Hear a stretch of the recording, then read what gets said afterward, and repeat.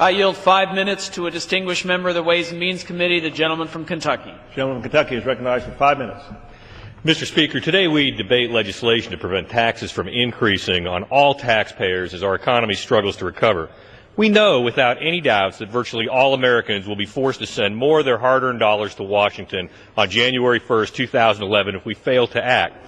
Although this legislation is not perfect in my estimation, the package does provide a measure of certainty and predictability that will allow a broader debate on tax policy in the coming Congress without immediately damaging our fragile economy.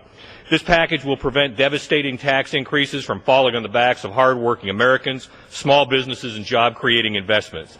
This imperfect legislation represents the best agreement that could be reached by Republicans and Democrats determined to avoid the shock to our economy that would come from increasing taxes on the American people and many of our job creators.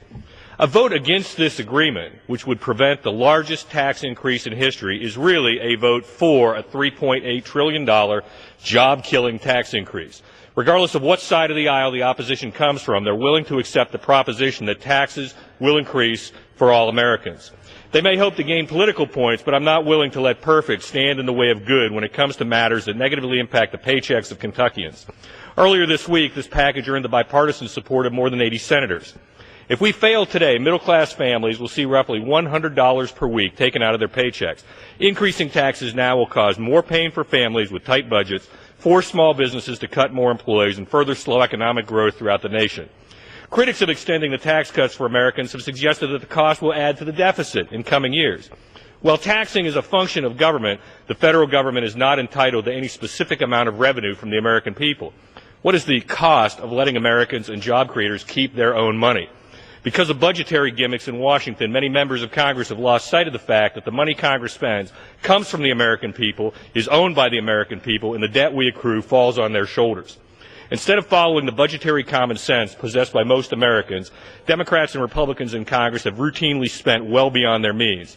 Now, many of my colleagues are looking to the pockets of the American people to foot the bill rather than making tough choices to cut spending in Washington.